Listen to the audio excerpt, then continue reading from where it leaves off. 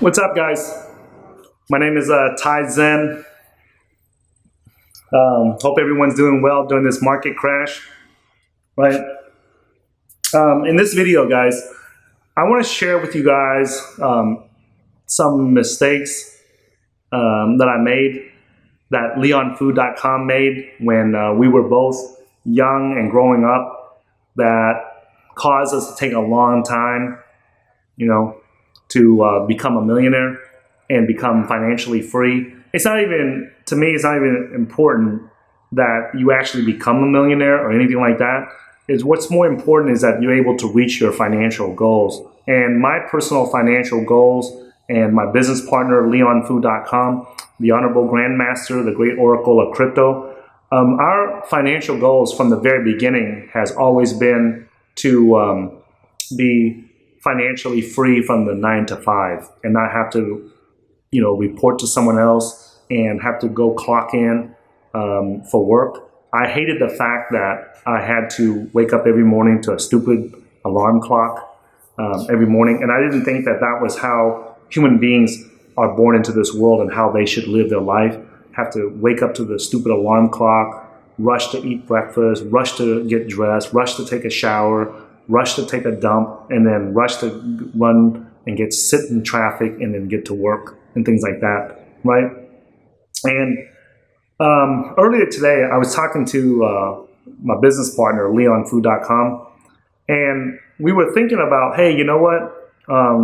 Leon, one of the things that Leon and I do a lot, is that we role play what would happen if we had to do things over. Like, we learn from the mistakes. For example, like we learned the mistakes from the crypto market crash of 2014, 2015. That was like the longest bear market in crypto history. So we learn from those things, and then we ask ourselves, hey, how can we do it different if we were in the same shoes again? And then we try to simulate that or role play what the actions that we would take are, so that when it does happen, we are mentally prepared to do it. We have an idea of what needs to be done. Okay, so that's the reason why. Like, for example, when Bitcoin ran up to like $1,200 the first time back in 2013, we were stuck like a deer in headlights, and we lost a lot of money. We lost a lot of potential profit, okay, because we had never been into something where it just went from $100 to $1,200 in such a short period of time, or from $200 to $1,200 in such a short period of time. So we said, hey, if this ever happens again, this is what we'll do. So we role play the different scenarios, and we when Bitcoin ran up to $20,000, we started taking profits from $10,000 all the way up to $20,000 from a lot of our cryptocurrencies, not just Bitcoin alone. Okay, so we're always simulating, we're role playing these events in our lives, right? And we're very, very grateful, guys, that we have been set financially free thanks to our trading skills and our investing skills in the crypto space, and also in the entrepreneurial space too, right? And so one of the things that we were role playing or simulating is that, hey, I talked to Leon. I said, hey, man, what would happen if we were in high school today?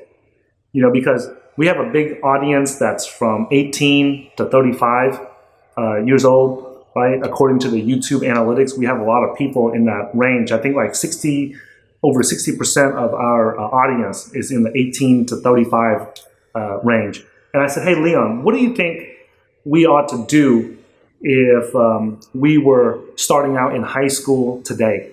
Like, we were in the 9th, 10th, 11th grade. We haven't finished high school yet. We were still young. We were basically teenagers, okay? What would we do different today? And first of all, what did we do wrong back many, many moons ago when we first started? And what could we do different this time moving forward, okay? So he and I were like brainstorming this and simulating the different scenarios. And this is what we came up with. And I wanted to share this with you so that you guys don't waste the time like LeonFood.com and I did when we were young, okay? I'm in my mid-40s now, and it took me nearly 3 decades to become a millionaire because I didn't know some of this stuff that I'm sharing with you right now. So I hope that if you're watching this, that you can actually learn from the mistakes that we made so that you can become financially free at a sooner time than we did, right? So I have always been a firm believer that if it took me this amount of time to become good at something, right, I should be able to teach it back. If I really, really understand it and know it really well, I should be able to teach that same skill back to another human being, and they do it in less time, okay? So that's like, you know, whenever we people ask us about for example, like the cryptocurrency investing blueprint that we have available on our site at www.cryptocurrency.market. You know, whenever people ask us, you know, hey, like, what makes it different, right? And I say, well, it took me over a decade to learn how to trade and how to invest correctly. With this blueprint, it's going to cut your learning curve down dramatically. I don't know if it's going to cut it down to you for, you know, to 1 year or to 6 months or 3 months. I don't know what it is because each person learns at a different rate. But I know that's going to be a lot less time than what it took me and Leon to learn it. Okay. But back to what I was saying about being in high school, right?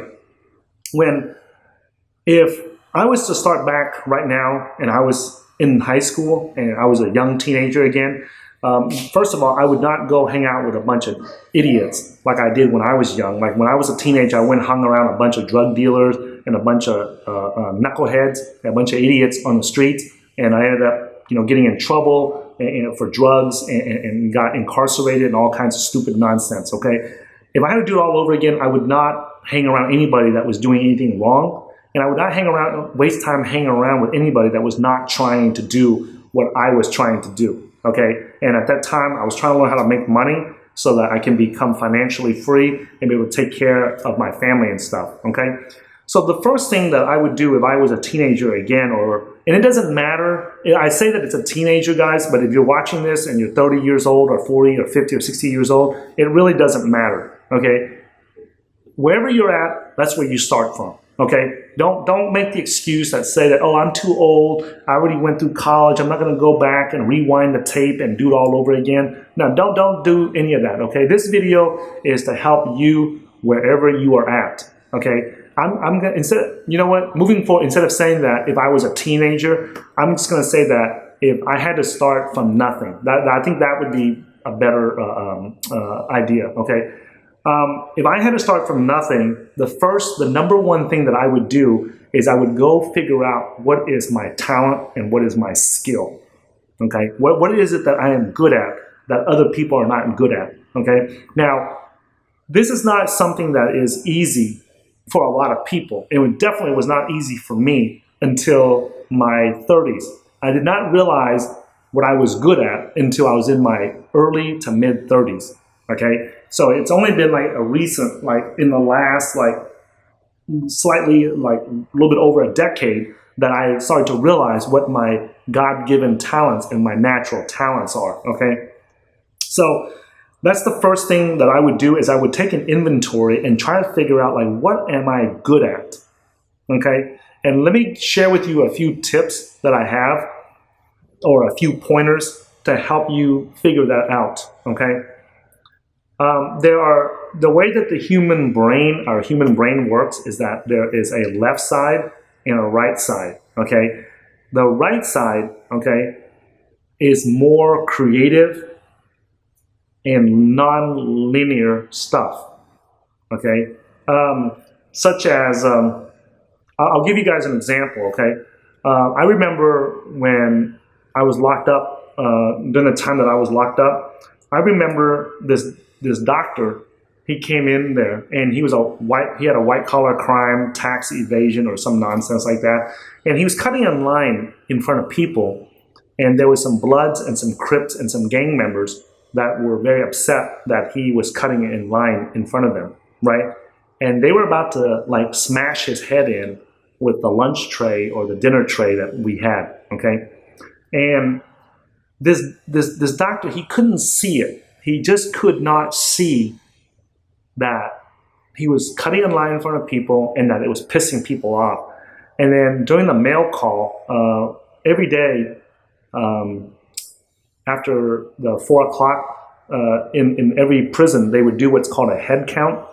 A head count is to make sure that nobody has escaped. Okay, so they do these head counts like multiple times during the day. Like every 4, 5, 6 hours, they would do a head count to make sure no one escaped, okay?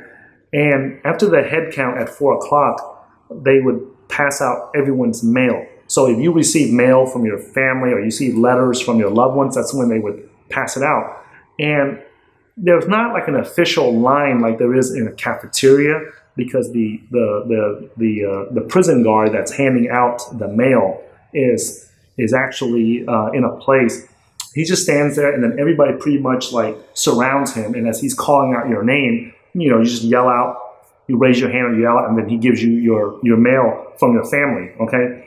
Or if your loved one sent you books or magazines or whatever, then the guard would just give it to you, okay? Now, it's tradition is that you don't, like, if somebody's standing there in front of you, you don't like push your way in to get in front of them, because it's kind of like basically like you're cutting in line, right? But there's not really a line, because like the guard is here and everybody's standing around him. But if you came there late, there'd be like 5 or 6 people, a layer of 5 or 6 people in front of you, and so you don't want to just like wedge your way into the front, right? You just stand in the back, and then when the guard calls your name, right, then you just yell out that you're there, and then the other guys would just pass the letter or the book or the magazine back to you, okay? So this same doctor that was cutting in line, he would like, whenever we had this mail call, he would just get to the front of the line and he would just like push his way into the front. And it just so happens that every time he does that, he's doing it like to gang members, and he's doing it to Bloods, to Crips, to MS-13 gang members, and all this other nonsense, right? And it really pissed them off, right? But a lot of people were afraid to mess with that doctor because they knew that, he was my friend, and he was friends with other guys in the same prison that was, like, it's not people like, we weren't guys that you mess with, okay? Even if you were a gang member, okay? Because, we just carried ourselves in a way where people don't want to mess with us, okay? So they would come and they would tell me, hey, man, like, we know the doctor's your friend and everything. We don't want to mess with him and blah, blah, blah. But you got to like put him in place because he keeps cutting in line in front of people in the chow hall. He keeps cutting in line, during mail call, in the laundry room, just different places. And it's starting to piss off some of these gang members and stuff, right? But those gang members had respect for me and my crew, so they wouldn't do any physical harm to the doctor, okay? Now, the reason why I'm sharing this story with you is that the ability to see that somebody's about to whip your ass or not is a right brain activity. Okay, that's one side of your brain. You don't have to remember if it's left or it's right, but it's one side of your brain that's able to take a big picture snapshot of what's going on around you in your environment and be able to come up to a conclusion of what is going on around you, okay? So that's like your, and I think in the military, they call it like situational awareness.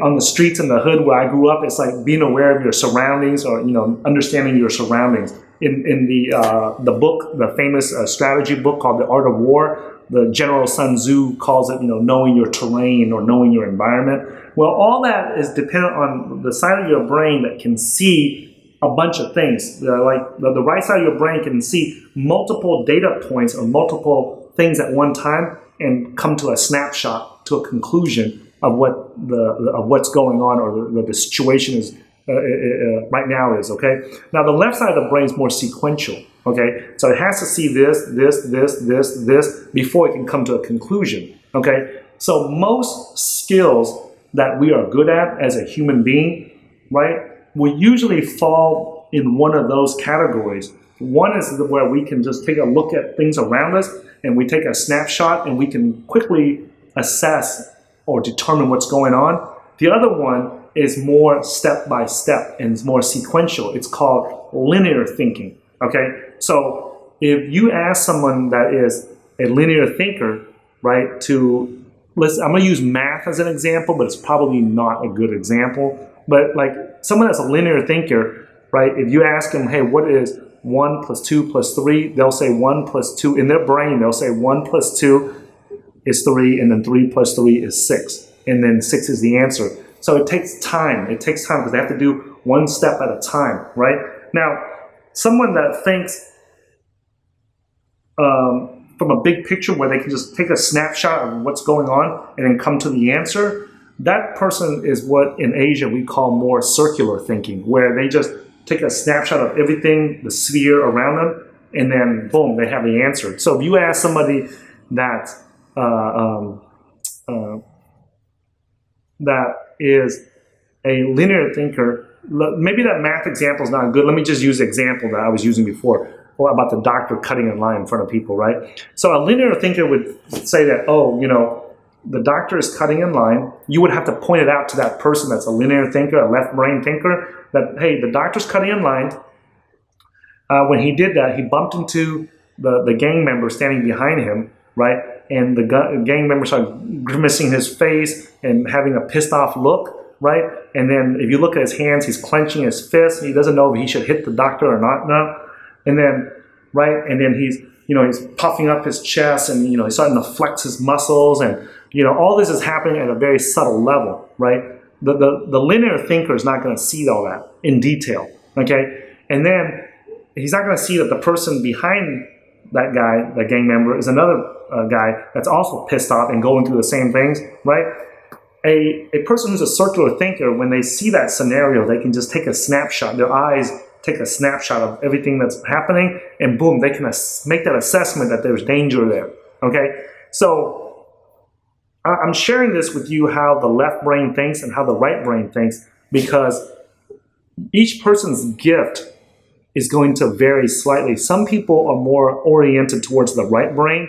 Some people are more oriented towards the left brain, in which they think sequentially, okay? So here are some examples.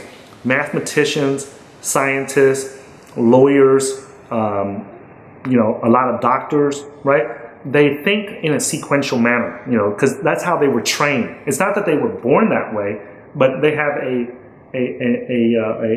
tendency to lean that way, so they naturally select things in life that pushes them that way because it's easier, right? So they'll go to school and they'll do these things where they focus on being taught. They're taught how to think in a sequential, linear manner. Like, hey, do this first, do this second, do this third, do this fourth, do this fifth, do this sixth, right?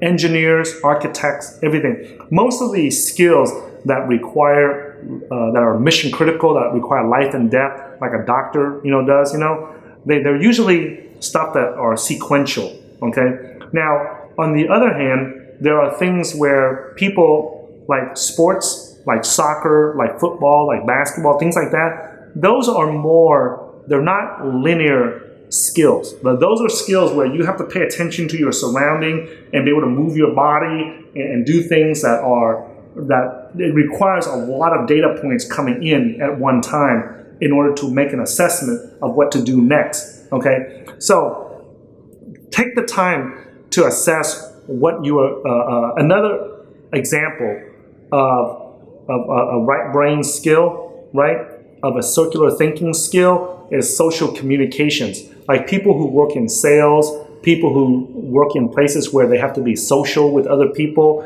like a lot of service industry people that work at bars, clubs, coffee shops, where they have to socialize, be very friendly with people and things like that. Usually those people have a very circular way of thinking, right? And that's the reason why whenever you have like the software engineers, the scientists, the mathematicians, when they go out in public, because they have a very linear way of thinking, when they run into people that are circular in thinking or more right brain in thinking, that's why they're often seen as like nerds or like, the too techy or too technical, things like that, right? So if you're able to understand this about yourself and you're able to learn what it is that you're very good at in life, right? It saves you that can literally save you a decade on your journey to becoming financially free, okay? Because when LeonFood.com and I were growing up, we wasted so much time on things that we were not good at, okay? We spent so much time on doing stupid shit that we were not good at. Like, for example, when I was in high school and the little bit of time that I spent in college, right? I spent so much time learning academic stuff, okay? I did not realize that I was a gifted artist and that I'm visual, okay? If you show me things, I can see it. But if you show me in numbers, I'm gonna be confused. And that's the reason why when I first started learning trading back in 2007, some of my early trading instructors that mentored me and that coached me how to trade, they were very left brain. And they didn't know that I was right brain oriented. So when they tried to teach me trading, they taught me a lot of mathematics, they taught me a lot of formulas, a lot of statistical stuff, a lot of stuff that, is it useful in trading? Absolutely. But for me, it was very difficult to learn trading in my early years because the stuff that they were throwing at me was very, very technical, okay? And because I dropped out of high school and because I dropped out of college, right, that was a lot for me to process, okay? So now that I know how to trade, and now that I learned how to trade, and I understand it, and I understand the science of trading, and I spent multiple years researching the science of trading, right? Now, when someone tells me the math and the statistics and the probability in trading and stuff like that, I understand it clearly. But in the beginning, it was a huge obstacle for me to overcome. The breaking point, or the aha moment, or the light bulb moment, or the moment when I finally grasped it, right, was when I had the right mentors draw it out for me, and visually, right, I had a mentor, his name was Scott, okay, out of Las Vegas, okay. He's a badass trader. If you're listening to this, Scott, I'm always thankful to you. There's only a few people, there's only a few traders in my life that I've ever given Bitcoins to, like gave it to them, okay? And Scott was one of them. When I got him I wanted him to get into Bitcoins and not miss the boat. So he's one of the few traders out there that can say that I gave him free Bitcoins, okay? So, what you need, Max? Daddy's on the camera, so don't be making some noise over there, okay? So, what I was saying was that when Scott, he helped me understand trading, because at that time I didn't understand math very well. I didn't understand what probability and how probability and statistics applied towards trading. And I thought it was just, hey man, just find the charts, draw the trend lines, use the charts, find the right candlestick patterns, and that was it, right? And that technical analysis is important in trading, but it's only one piece of the puzzle. It's only one component of trading. There's 6, 7 other components that need to come together for trading for a trader to be consistently profitable.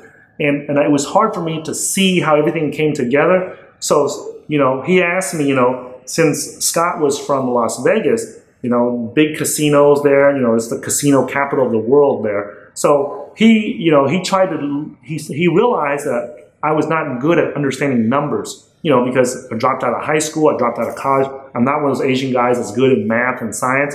And he knew that, he realized that. And so to help me understand probability and how statistics and probability and average wins, average losses, and how to understand these important concepts in trading, he took me to he and I both went to a casino in, where was it at? Oh, it was in Sacramento, California. There was a casino there. And we just happened to go there for dinner. We didn't go there for him to actually show me something in the casino, right? We just went to the casino to go eat because they had a buffet there, and we both wanted to go and try it out. So we both went there, and we were talking about trading. And he realized during that dinner time that I did not fully understand the math. And he realized that, there has to be a different way to help me understand the science of trading. And so we decided to go to the, what is that table called? The roulette wheel, where, half of it is supposed to be green, the other one's half is red, and then we place the bets on it. And there's black and red, black and red, and then there's 2 double greens on the ends of the wheels. And I didn't understand how the probability worked. What's the odds of me hitting black, and what's the odds of me hitting red, and what's the odds of me hitting green? And so I'm visual. So I went and bought I think $1,000 worth of chips, right? And I would put $1 and $2 and $5. And I would bet very small. And then as they play the hands, I wasn't playing it to win. I was playing it so that I can understand these concepts to help me in trading, right? So, hey Max, can you keep it quiet? Okay, can you take it over there, Max? Max, can you take it to the other room? If you play over here in this room, just keep it quiet. Right? So what he did was we played it for like an hour, and I was making these bets. And after about an hour, and after losing everything that I had, right, I finally understood. And that was like one of my biggest breakthrough moments in trading, was when he helped me realize how probability and statistics work in trading, and how using technical analysis helps me with that. And it was an aha moment for me. And that was when I realized for sure, right, for sure, there was no doubt in my mind now. I finally understood the science of trading and how it worked, And, there was other stuff that he explained to me also that helped me understand it, right? But at that time, I can visually see it right in front of me, how, how percentages, how probability, and how the odds work, and how I can create that edge to be in my favor, okay? So, now, the reason why I share this with you, okay, that story with you about Scott taking me and Scott having dinner at the casino and then going over to the roulette wheel for him to teach me probability and statistics, right, was because he realized that in my head, I was not, gifted on the left side where it's math and science. I was more gifted on the right side with social skills, with visuals, and with shapes, colors, and things like that. And he realized that, so he helped me to understand those concepts. And that's one of the big things that helped me, improve my trading skills back when I was still a grasshopper, okay? And the sooner that we realize these things, guys, the sooner that we realize that we are, what that gift that we have was, right? So by my mid-30s, by my early to mid-30s, I realized that most of the things that I am good at, I'm good at the things that tend to be on the right brain side, like social skills, like art, like things that was visual. Like if you had explained it to me in numbers, more than likely I would not be very good at it.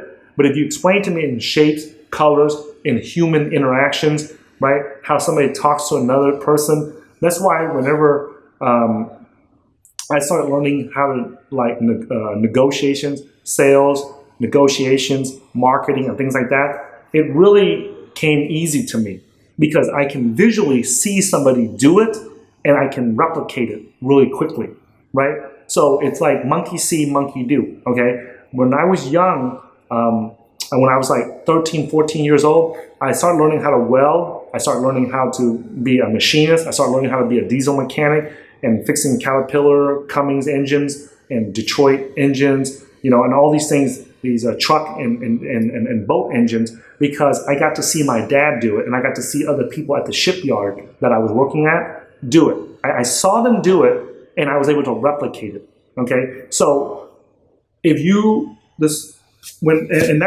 how I became a very good machinist, and I became a very good welder, and I became a very good diesel mechanic when I was young in my teenage years, right? Before I got locked up for drugs, okay? And I fixed, my brother and I, we pretty much fixed and repaired pretty much every Vietnamese fishing and shrimp boat along the coast of Texas and the bayous of Louisiana and all the way up into Mississippi and Alabama, okay? We were working like 7 days a week. We would work from like sun up until like 10 o'clock at night. And we were like, my older brother and I, we fixed so many commercial fishing and shrimp boats along the Gulf Coast of America, the southern part of America, that it's unreal, okay? Now, I became very good at that, but I didn't make any money, okay? Because my dad was not a very good businessman. My brother was not a good businessman, and I was not a very good businessman. And we sucked at it. The only thing we were good at was the technical skills of rebuilding engines and rebuilding commercial fishing boats. Like whenever they ran into like an oil rig and half the boat got crushed up and was missing, like my brother and I would come in there, we would cut off the front half of the boat and we would rebuild the whole front hull of the boat. Or if the boat, the guys got drunk or something and they ran ashore and they broke all the rudders and the propellers and the drive shaft for the commercial boats, my brother and I would come in there and cut it all out, remove it, and then we would fabricate new parts and new components, new rudders, new drive shafts, go buy new propellers, and reinstall it and realign it for them and get that boat back out there to go fishing and shrimping again, right? So my talents were in mechanical stuff, and it would appear that that was mechanical, but actually the gift that I had was to be able to see visual things and compare it, right? Whenever we were cutting these big, 7, 8, 10 inch, 12 inch, 15 inch pipes, I would be able to cut it and it would fit perfectly into the other pipes that we had to weld at the shipyard, while guys that were in their 40s and 50s and 60s, right, struggled to cut it accurately to fit in. Like whenever they cut the pipes and fit the pipes, you would have to spend more time welding, and you would have to weld it several times to cover up all the spaces and all the gaps. And at that time, when I was 14, 15 years old, when I cut it, right, those steel pipes, when I cut it, the welders and all the other guys at the shipyard liked it because they knew that when I cut it, it would fit in really almost perfectly, and they would just make one weld around it and it was done. So it was everybody liked it when I was the one fitting the pipes for them at the shipyard versus somebody else fitting the pipes in. Okay. Now the thing that I was by the way, I was doing all this when I was 14, 15, 16 years old in America, because I was working for my dad. Okay, so I would come down and I would help out my dad. So I was as a contractor, so that's why they couldn't say anything about me being 14, 15 years old and my brother being 15, 16 years old coming in there and doing these things, okay?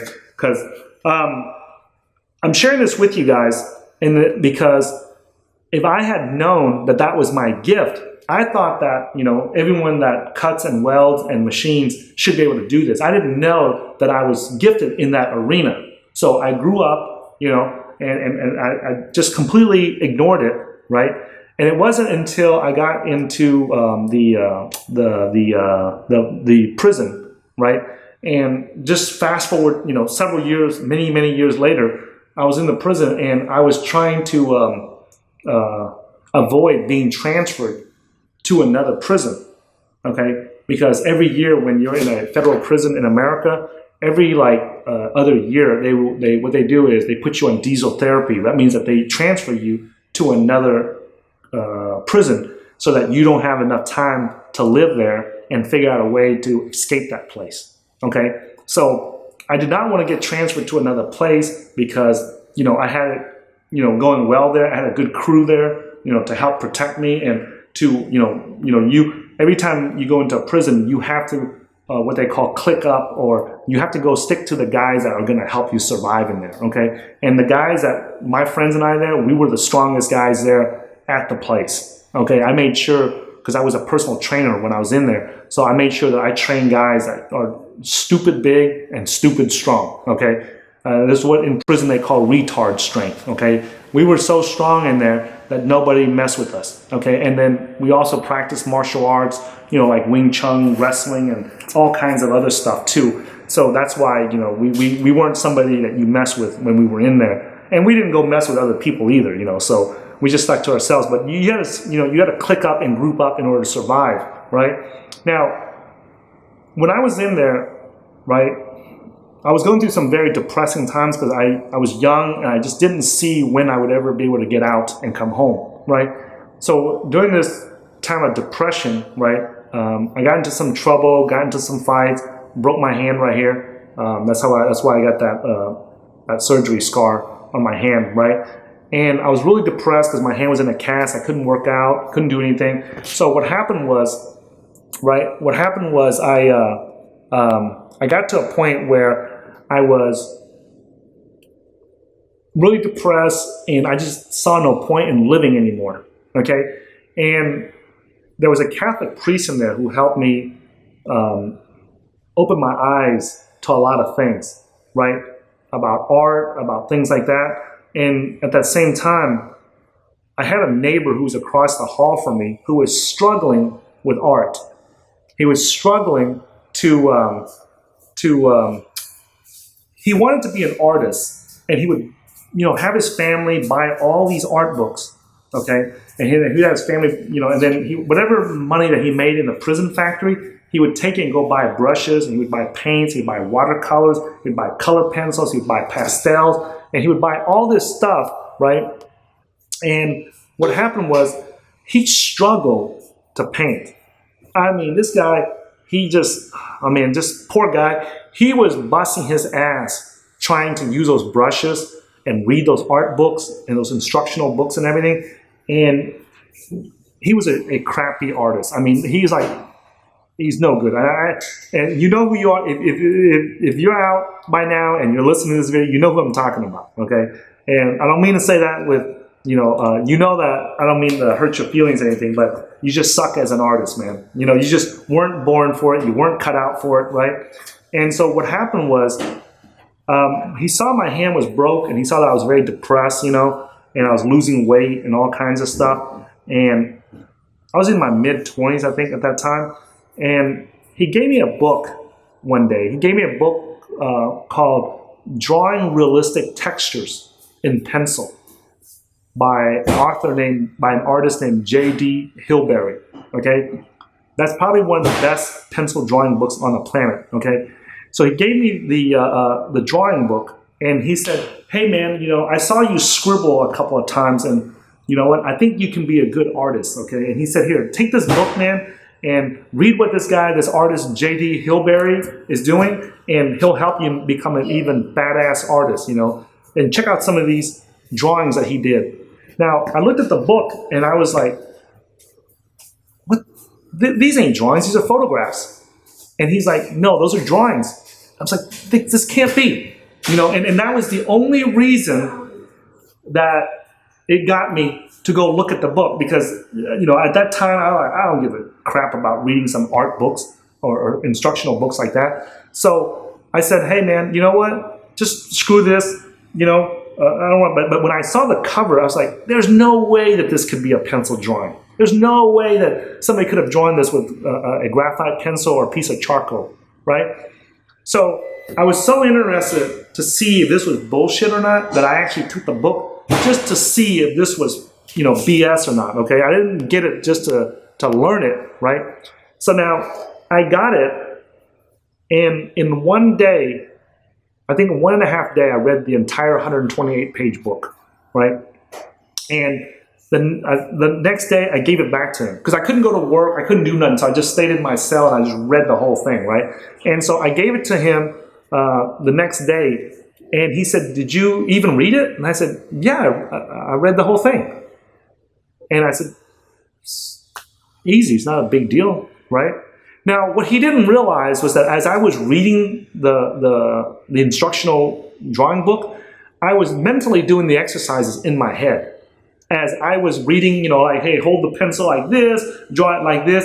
You know, I'm a visual person, so I was able to visually see myself in front of a piece of paper with that same pencil, draw it out, do all that stuff in my head. So I saw no point in even actually picking up a real pencil in real life to even draw it, because in my head, I was already doing it, and I can clearly see how that was done. Clear as daylight in my head. So there was no point in me, like, even taking out a piece of paper, going to buy some charcoal, or even going to ask him to borrow the charcoal from his room to even practice it, because I can just visually do it in my head and saw that was not that difficult. And I was shocked that, man, you know, I didn't realize that this is how these realistic pencil and charcoal drawings were done. I had no clue that that's how it was done. And I was like, wow, you know, I read the 128-page book, and I'm like, wow, now I can do the same thing, right? And I even thought to myself, I even had this crazy idea that, you know what, I need to be reading more of these books, and I'll be a badass artist. I'll be a Picasso or something, you know? But I never followed up with it at that time yet. I just gave the book back to him, and he said, hey, man, why are you not reading it? And I said, I did. And he goes, how could you have read that and did all the practice exercises in the book that quick? And I said, well, I don't know what to tell you. I read it, I understood it, right? And I don't need the book no more, so I gave it back to you. And he said, and so he tried to pop quiz me and test me to see if I actually did read the book. He goes, well, did you read the part about how he shades with this paper or with this towel or with this tissue or whatever? And I said, yeah. He said, use this. He recommends this and does that. And he says, hold it like this. And it just blew his mind away, because on one end of the spectrum, he was not a gifted artist and he sucks at art. And on the other end of the spectrum, I was gifted in it. So it was hard to communicate to each other, because he couldn't see how I could just read it that quick and then be able to do it, okay? And it's not like I'm a fast reader or anything like that. It's just the exercises are just so simple to me. When I saw the instructions on how to do it, I just did it in my head, and there it is. I can visually see in my head that I could do what the author of the book instructed, the instructions in the book. So I didn't need to do it physically out in the real world. And he just couldn't, it was just hard for him to believe that I could do that. So he gave me some other books. He goes, well, if you read that so fast, why don't you read, let me see what you think about these other drawing books. And then the second book that he gave me was called How to Draw on the Right, Drawing on the Right Side of the Brain by some artist named Betty something. I forgot what her full name is, but it's Betty something, right? And it's a landmark art book that teaches people how to use the right side of the brain and to be a better creative artist. And so the same thing happened. This book was much thicker. Like the first book was about as thick as my thumb, so I was able to read that in 1.5 days. The second book was like, it's probably whatever the thickness of this is. I'm trying to, okay, if you take 2 packs of cigarettes and you lay them flat on top of each other, it's about the thickness of 2 packs of Marlboro cigarettes, okay? Or about 2/3 the thickness of a Coca-Cola can, okay? So it's a thick book. It's not a small book. I think it's like 200 and something pages, 228 pages or something like that. It's 200 and something pages, okay? And it took me a few days to read that whole thing. But when I finished reading the whole thing, I gave it back to him. And he said, did you practice anything in there? And I said, no. And he was just shocked that I wouldn't practice anything. And again, I practiced it, but it was mentally in my head. I just, whatever the exercise, drawing exercise was they showed in the book, I just did it in my head and boom, I can pretty much do it now, right? Without even having to do it out in the real world. And so I'm sharing this with you guys, right? Because what happens is at that time, even then, I did not realize that I was a gifted artist, okay? Later on, I met a Vietnamese guy. His name was Tran. He's a badass artist. He was a real artist. Like he went to college, went to art school in Vietnam, and then he came to the U.S., learned art in America. And so this guy is just when he stepped onto the yard, like undisputed. When everyone saw his artwork, his paintings and stuff like that, like everybody just like said, "Holy shit! Like this guy is badass," right? And when he did that, when I saw that, I was like, how the hell does someone do that, right? And I started to come down, and he had like I think it was like a one month or 2 month oil painting class where he taught people how to paint oils, other inmates there, how to paint oils, okay? Now, many of you guys may not know this, but a lot of the prisons, they support like the arts and crafts quite a bit. They don't like people lifting weights. They don't like people doing any of that stuff because play basketball, play football, any of that stuff, because they think that increases aggression and all kinds of, they think that contributes to violent activities. So they don't support that very much. But like the arts, the crafts, the music and things like that, they actually support that stuff because they think that it pacifies the people. So I don't know. That's what their research shows, I guess. I don't know, but so that's why we were able to take to paint and draw and do these things inside behind bars. Okay, but anyway, this guy Tran did that, and I remember watching him paint right in oils, and I said to myself, I said, you know what? In 3 months, I said, you know what? I'm gonna paint just as good as this guy, or even better. If he keeps painting in front of me, and I get to watch what he's doing, I'm going to paint just as good as he does or even better. Okay? And I remember there was an older Vietnamese guy there. He was like in his 70s. He was a fucking dumbass. Okay? He's always saying negative stuff, always saying you can't do this, you can't do that, and all that other stupid nonsense. Okay? And when I told him that, you know what, I'm going to paint as good as this guy Tran or better, right? He said, you're an idiot, Ty, because that guy went to school to learn art in Vietnam. He went to school here in America. There is no way you're going to outpaint him, right? And little did he know, he didn't realize I was a gifted artist. See, up until that point, I had never seen someone paint before. I had never seen someone put oil paint on a brush. I had never seen someone take the brush and put it on canvas and paint with it. And I had never seen someone do that before in my life. Because I was growing up, we were poor. Where in the world would I see somebody oil paint? Okay, I had never seen someone do that. Okay, and it was the first time that I saw someone do that, and it just blew my mind. And I kept thinking the whole time when I was watching him paint, I kept thinking like, this shit can't be this fucking easy. Like, it can't be this easy, right? And even though everybody was around me, they were looking at Tran paint, right? They were like, wow, ooh, wow, like, how's he doing that? In my mind, I kept thinking like, why are you guys asking how he's doing that? He's doing it right there in front of you. Like, what was so hard? And I didn't realize that I was gifted in art. I didn't realize that I was born so that if I see anybody do any kind of artwork, I automatically know how to do it. But even if I don't practice it, I'll know how to do it, right?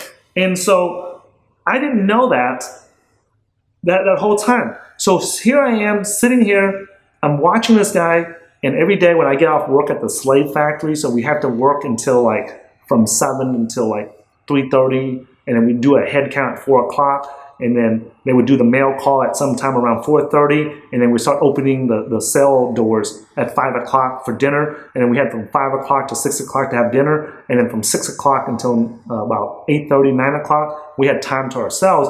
And during those 3 hours, I would run down to the recreation center and I would watch this guy Tran paint every day that I could, because it blew my mind how badass an artist he was. And it just blew my mind that every day that I sat there and watched him paint, I knew that I could do the same thing. Now, the people around me didn't know that, okay? The guys, the other artists and the other inmates and the other stuff, they didn't know that. We were all like, there'd be like 10, 20 of us sitting there watching this guy Tran paint, and they didn't know that I was able to do the same thing just by watching him. Whereas the other guys had to go practice it. I just sat there and watched it, right? And then I remember painting my first oil painting in Tran's oil painting class, and it was a painting of Cindy Crawford.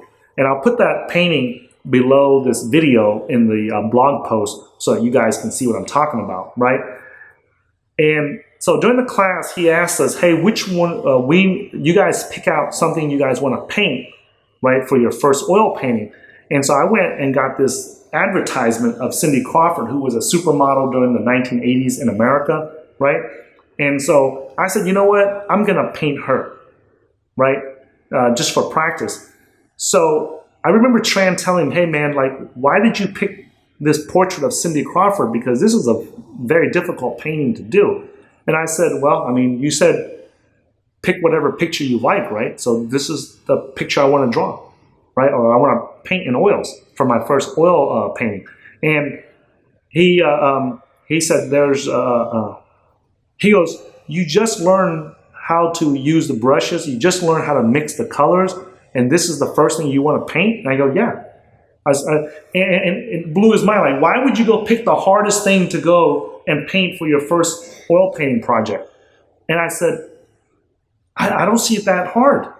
You know, because I said, I've been watching you paint for the last couple of months. I don't see anything hard about that. And it blew his mind. Like he goes, dude, this is like one of the hardest paintings you could possibly do for your first oil painting project. And I said, I still want to paint it. And he goes, why don't you find like a Mickey Mouse or a Minnie Mouse or a cartoon or something, and we'll start with that, something easy. And I said, why would I spend time painting Mickey Mouse for? Right? So that's what I did. Okay, and we bumped heads.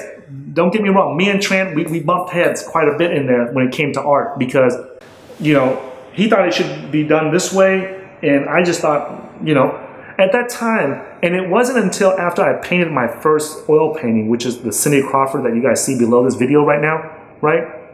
That's when I realized, you know what? I'm a gifted artist, and I never knew that. And I said, why did it take me this long to realize that I was a gifted artist? Like, why didn't someone tell me, or why didn't someone show me, like, where did things go wrong that was in the year 2000? Yeah, that was in the year 2000, 2001, somewhere around there, right? And why is it that it took almost 3 decades for me to realize that I was a gifted artist? Like, why didn't somebody in elementary school or in middle school or in high school or somebody around me, my parents, my teachers, the churches I went to, the Buddhist temples that I attended, why didn't someone around me see that I was gifted in that? Like, I could have been, devoting my life to becoming a badass artist, and be the next Michelangelo or the Da Vinci or a modern day Picasso or something. But because I didn't know that, No one ever told. I never even saw someone paint until I was that late in life. Okay, and when I realized that, I started to ask myself, like, what other gifts do I have? What other gifts did God give me that I'm not aware of? Like, what other gifts do I have that, or do I possess within Ty that I'm not even aware of? I might be walking around blind, not knowing that I have these superpowers or this gift, right? Just like I did with the art. And what a waste it would be if I didn't know that, right? And there's another gift that I have that I'll share with you guys maybe down the line, right? Later on. But I'm sharing these stories with you guys so that you guys understand, right, that the key to learning and figuring out what your gift in life is or what you're really good at in life is by exposure. You have got to expose yourself to things that you don't think. Expose yourself to music, expose yourself to art, expose yourself to entrepreneurship, expose yourself to online marketing, expose yourself to trading, expose yourself to internet marketing, expose yourself to real estate, expose yourself to sales, expose yourself to marketing, expose yourself to, being a developer, right? Even if it does not make you any money, because you never know what it opens up for you. It opens up the mind freak, okay? Once, the more that exposure that you have to different things, like if my dad did not expose me to the shipyards, to the machine shops, to the welders, and to the machinists, and to the mechanics in Houston, in the city of Houston, I would have never known that I was gifted in machine work or gifted as a machinist or a welder or as a diesel mechanic, right? The things that I discovered, some people say that, oh, well, Ty, it's because you started early. You started early as a welder. You welded several pallets worth of welding rods, and you've welded several miles and kilometers worth of, MIG wire and things like that, right? But I don't believe that the volume of work that I did had anything to do with it, right? I think that it was just being exposed to it, and I happen to be a visual person, that when you expose me to something that's a visual skill, I was able to pick it up very, very quickly, okay? So I was able to determine that that's my gift, that's my skill that I'm gifted at, right? So nowadays, when I go do something, now that I'm in my mid-40s, I can go do something and I can quickly determine, hey, you know what, I am cut out for this, or I'm not cut out for this, very, very quickly, and then I move on, okay? I'll pay somebody else to do it, or I'll invest into somebody that can do it, all right? But I'm not gonna waste my time, because there's no point. Life is short. There's no point in me beating my head against the wall trying to figure out something that I'm not good at, whereas stuff that's visual that I'm good at, I can see it one time and be able to do it. Okay, so I'm sharing this with you guys, right? Because if I had to start my wealth creation journey all over again, or if I start from zero, I would determine what I'm good at first. Once I determine that, okay, this whole video here was on, different ways to figure out what you're good at, okay? When you figure it out, right, it's the reason why it's important that you figure out what you're good at is because then you can know what path to go, okay? So for example, right, once you determine what you're good at, the next step, okay, that's the first step, learning what you're talented at, what your skill is at, and what you do that's easier than everybody else. The next step is to determine what industry or what sector requires that kind of work, okay? So for example, for me, let's just use me as an artist, right? Now that I realize that I'm a gifted artist, right? What industries will pay a ton of money for people that have my kind of art skills, okay? So the first thing that I can think of is the movie industry, okay?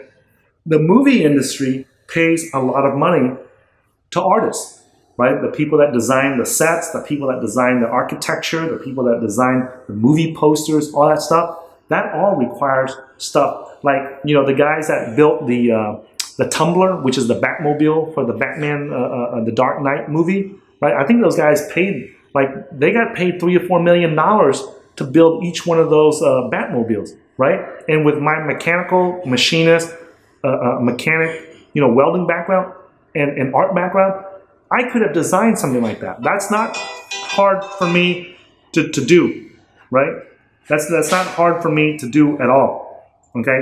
But because I was never exposed to that, right, I could not do that, okay, because I had no exposure to that. So what I would do is this, right, is after I find out, first step is find out what your raw natural talent is. Step number 2 is to find out what industry or what sector or what portion of the market or even what part of the world would pay for that kind of talent or skill, okay? So for example, right, let's say that I didn't go into the art world, and let's say that I remain as a machinist, as a welder, as a mechanic, a diesel mechanic, right?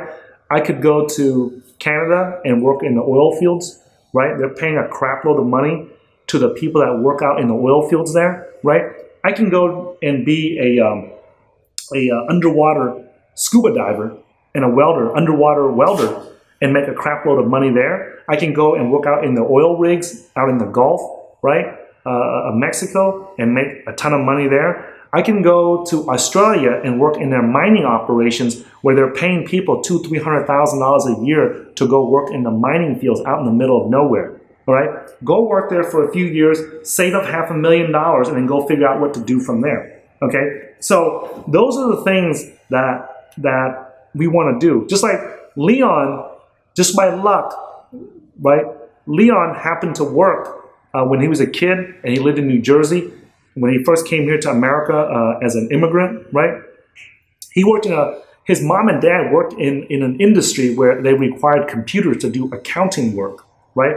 So the company that his mom worked for required that she have a personal computer at home in the late 70s, early 80s, when no one knew what a computer was at home, okay? So because of that, his parents bought a computer that was like $4,000, $5,000, $6,000, okay? And they were doing work, and then when they were not using it, Leon would go over there and play on it, and that was how he learned computer programming. And then that led to other things that later on, and that's how he got into the software engineering field, was because, but he had a gift for that. He was left-brained, okay? So that's why we make a good trading team, because he looks at stuff from the left brain side, and I look at stuff from the right brain side, and that's how we're able to collaborate together and build the cryptocurrency investing blueprint the way that we do. And then we also have David, our third business partner, and the third member of our trading team, who we had to pull from a hedge fund.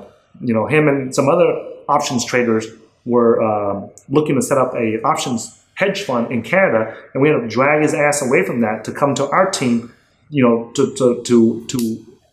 help us on our trading team. And when you see talent, you got to attract them and pull them to you. Like, and that's not just in trading, but anywhere, whenever you guys are watching this, whatever field or industry that you guys are in, if you recognize talent, you got to do what you can to pull that talent towards your team and not let them go somewhere else to another team. Okay. So back to what I was saying here, find your talent, find a booming industry that's booming and growing that needs your talent, and get in there and start working there and start saving up the money. Because if you're good at what you're doing and you're in the right industry, then what happens is you're going to get paid well. And in today's time, right, whatever it is that you're good at, you should make a high six-figure income and like when I say high, I'm talking about like $130,000, $150,000, $200,000 a year for doing what you're good at, right? Most of the people that do stuff out there in the world, they suck at what they do. They really do. Like most of the stuff that you see around you when you go to a restaurant,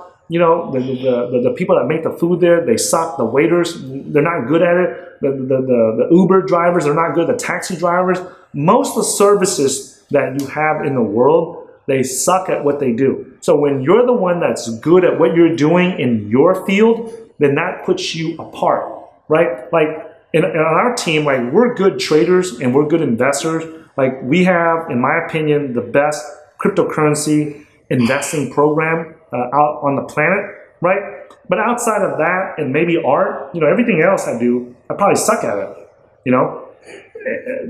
Am I a good husband? I probably suck at that. Am I a good father? I probably suck at that. You know, I can't be good in everything. Like when it comes to driving a car, like me and Leon, I know for a fact we suck at that. Like we can't drive for shit. Like you know what? If we were to get a Ferrari or a Lamborghini right now, I promise you that thing ain't gonna last very long because we suck as drivers, right? We do. Like we're not. I know what I'm good at and I know what I'm not good at, okay? And driving is one of them, right? I remember I went and got my wife a new Camry, the 2018 Camry.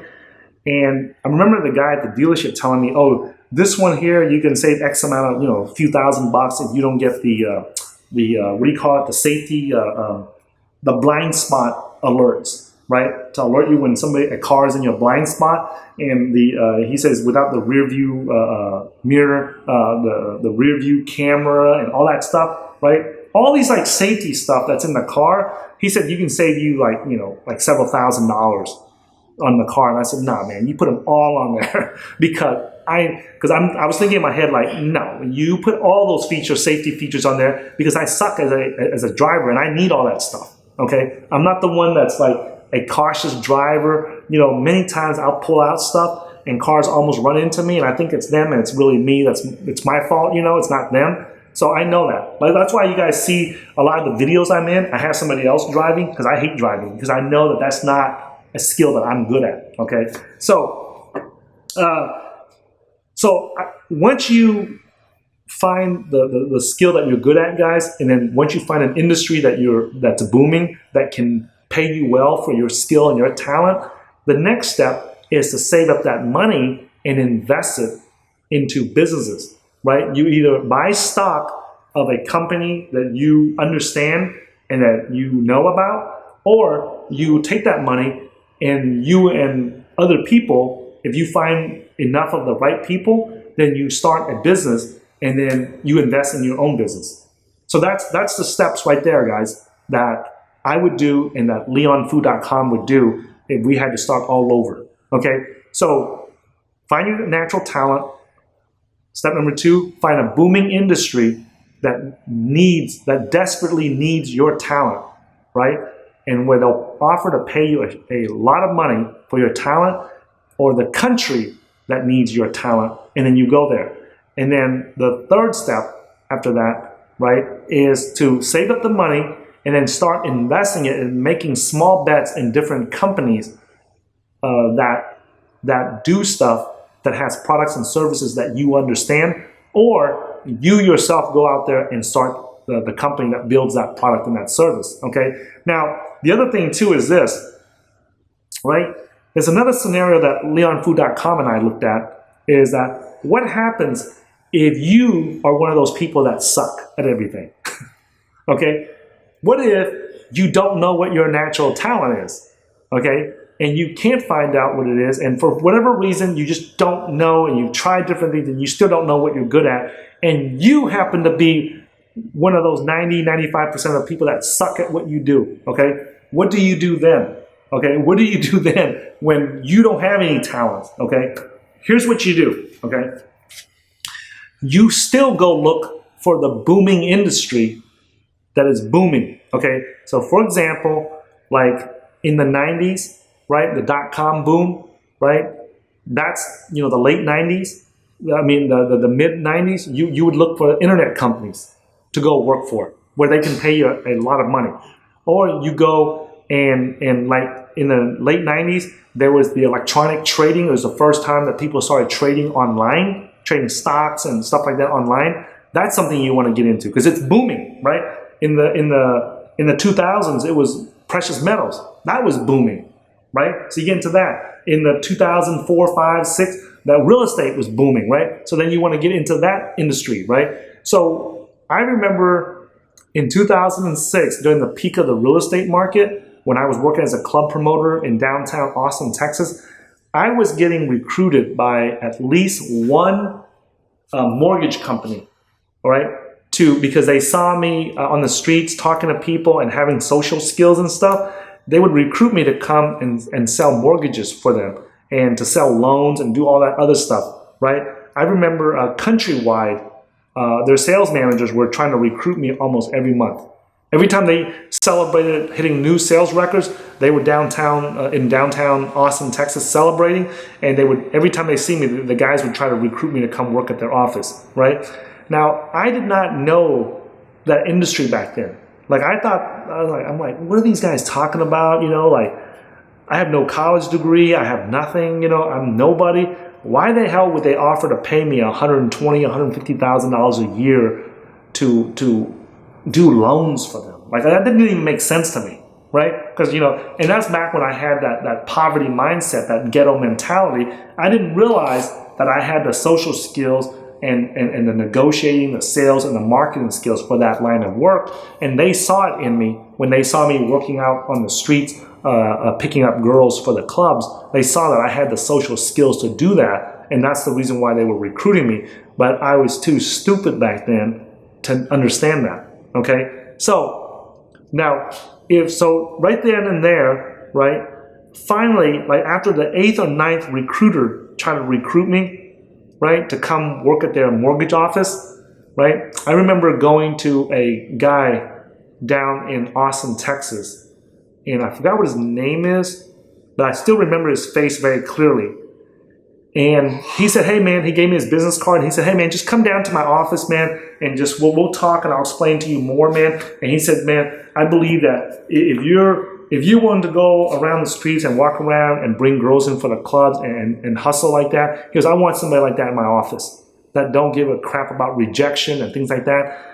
And I'm thinking like, man, this guy is a nutcase, man. Like, what the hell do I know about house mortgages and real estate? I don't know nothing, right? And he goes, you don't need to. I'm going to train you. I'm going to teach you everything you need to know, right? And then when looking back in retrospect now, I didn't realize how hot the real estate market was in America or around the world during the mid 2000s, right? And he couldn't get enough people to come work for him, right? And he's willing. And when I got to his office, I remember talking to him at his office, and he said, I told him that I had a felony record and I probably couldn't get a real estate license. And he said, you know what? I'll pay for it. He goes, I'll pay for your real estate license. I'll pay for you to take the class. I'll pay for everything. And he goes, I'll even talk to some congressmen to see what they can do, right, to help you with your felony record so that you can get a real estate license in the state of Texas, right? And I went home and I'm thinking like, man, I must be missing something here, right? Like, why is this guy, offering to pay for me to get a real estate license, pay for me and talk to congressmen and everything to help me get my real estate license and get a waiver for me to, to ignore my drug felony and be able to get a real estate license. And he said, and then, so I started researching on how to study to get this real estate license, which I dreaded because I don't like studying. Okay, I don't like reading, studying for exams and stuff. And then I went back and I talked to him, and he called me up. I came back down to his mortgage office in downtown in South Austin, and he said, "Man, I talked to several congressmen, and he said that there's nothing they can do. Like you can just go and study and try and see if the state of Texas will issue you a real estate license. Just don't lie about your drug felony and things like that." And I said, and I told him, I said, "Man, if I know for certain that I can get a real estate license, I'll study for it. But I can't see myself wasting all this time studying for it and then going to and pass exams and everything, and then they not give me a real estate license because I'm not, because of my drug felony, the drug felony I had when I was a teenager." And he said, "Man, if you change your mind, he goes, well, that's the chance that we got to take." And at that time, I was not willing to take that chance, of spending all that time studying for a real estate license and then taking exams and then the state not issuing me a real estate license just because of the drug felony I had when I was a teenager, right? And so I said, you know what? I can't do this. So I passed it up. But that didn't stop the people trying to recruit me, right? Every month, right, when I was working in downtown Austin, every time these sales teams would come down there and celebrate because they hit new sales records at their mortgage company, at their insurance company, right? They would do that. And then, speaking of insurance company, another company called AAA Insurance in the state of Texas, their sales manager tried to recruit me too, right? And was offering to pay for my to get my insurance license so I can sell insurance in the state of Texas, right? And when I told them that I had a felony, they said, "Hey, as long as you make an effort to study for and pass exams, if they deny you your insurance license because of your drug felony that you had when you were a teenager, then we don't mind taking that risk," right? And it just blew my mind that these companies kept asking me to come and work for them, to sell mortgages, to sell insurance, to do all this stuff. And then I decided not to do that. And then another one called Geico Insurance, their sales manager tried to recruit me and offered the same thing. And they didn't give a crap. None of these companies gave a crap that I had a drug felony when I was a teenager. All they cared about was go get study, go get the license, we'll pay for it, get your ass over here and help us because we need more people for this, right? And know what I know now, I would have made a more of a stronger effort to get those insurance license or to get those real estate licenses, okay, and actually study for them and get them, so I can be in that field where I can make $150,000, $200,000 a year, okay. But I just at that time I just couldn't see why someone would pay me that much money for being a high school dropout and a college dropout. Okay, so I just couldn't see that, so I didn't take advantage of it. So that was my own negative limiting belief that was holding me back, right, from being able to make that kind of money. But what I'm saying there is that even if you don't have talent, right, go find an industry that's hot, that will hire you and is willing to pay you a high amount of money simply because they are in desperate need of talent and they don't even care if you suck at what you do, because something is better than nothing. Like all these mortgage companies and insurance companies, they didn't have enough people working for them and they didn't care if I sucked or not, okay? Even if I sucked, right, it was still, they were willing to still pay me $80, $90, $100,000 a year for doing a crappy job, and that's still better than nothing for them, okay? So what I'm saying is that if you find the talent, go find, if you know what your talent is or your natural gift is, go into a booming market and industry that can use your talent, right? But if you don't have any talent or you don't know what your special gift or your special talent is, and you know, don't lie to yourself. If you know that you suck at what you do and most of the things you do, you suck at it, then go find an industry that's so booming and so hot that they desperately need people. Like the mining companies in Australia, they desperately need people. They desperately need truck drivers. They'll pay you a 6-figure income to go drive a damn truck out in the desert, out in the middle of nowhere, okay? in Alaska, in Canada, they got oil rigs and things like that. They'll pay you a high six-figure income to go do those jobs because they're out in the middle of nowhere, okay? And you go do that for 2-3 years, you save up some money, and then you come back, and then now you got some money to invest, okay? Like some of you guys, if you have that kind of talent where people are willing to pay you $120, $150, $200,000 a year for your special talent, by all means, go and do that. Go and do that, right? Right now, let's say that if I was a software engineer and people are willing to pay me $150,000, $200,000 a year for my software engineering skills, this is what I would do. I would go and get a job as a software engineer, and I would take that $150,000. I mean, $50,000 of that is probably going to the tax man. So that goes to that. So you're probably only taking home $100,000, right? And if you're a single guy, all you need is about $35,000, $36,000 to live off of, maybe $40,000 to live off of, right? The other $60,000, I would invest it into one. I would take a portion of that and invest it into our cryptocurrency investing blueprint, so that you would learn how to invest in cryptocurrencies, and the rest of it, I would put it into the cryptocurrency market, right?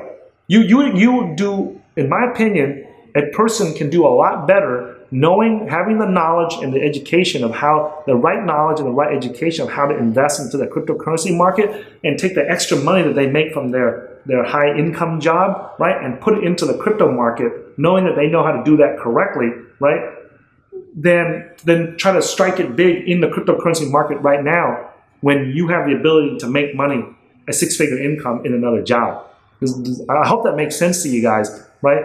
Now, if you have like you only make a small income or something, then you have to look at a different route. I'm talking specifically to the people that have specialized talent and they can make a good six-figure income, right? That's what I would do, okay? So I know that this video was very detailed and I used a lot of examples, guys, but I did that on purpose to help you guys understand that. And I hope that you guys benefited tremendously from this video. If you guys like these types of videos where we talk about long-term wealth and creating real wealth, instead of just like, bullshit, gimmicks here and there to make money in crypto or in life in general, then give us 2 thumbs up for it. Make sure you subscribe to this channel. Make sure you follow us on www.cryptocurrency.market/newsletter. And if you're interested in learning how to invest in cryptocurrencies, and from one of the best training programs on the planet that I know of, right? Go to www.cryptocurrency.market/blueprint. Check out the current cryptocurrency investing blueprint that we have available for you, that will show you everything that we have learned about cryptocurrency trading and investing, all the mistakes that we made, all the bonehead, stupid things that we made. It's like having a roadmap of where, like cryptocurrency market right now is like a landmine, right? A field of landmines. And we've already went through that field and we've stepped on all the landmines and we survived and we're on the other end. And we're looking back and waving at you and telling you, hey, step over here, step over there, step over here. Don't step over there because you're going to get your foot blown off, right? So that's what the cryptocurrency investing blueprint is. If you guys want to check it out, go check it out at our website at www.cryptocurrency.market/blueprint. And then also follow me on Twitter at HeyTaiZen. And then I'll look forward to seeing you guys in the next video.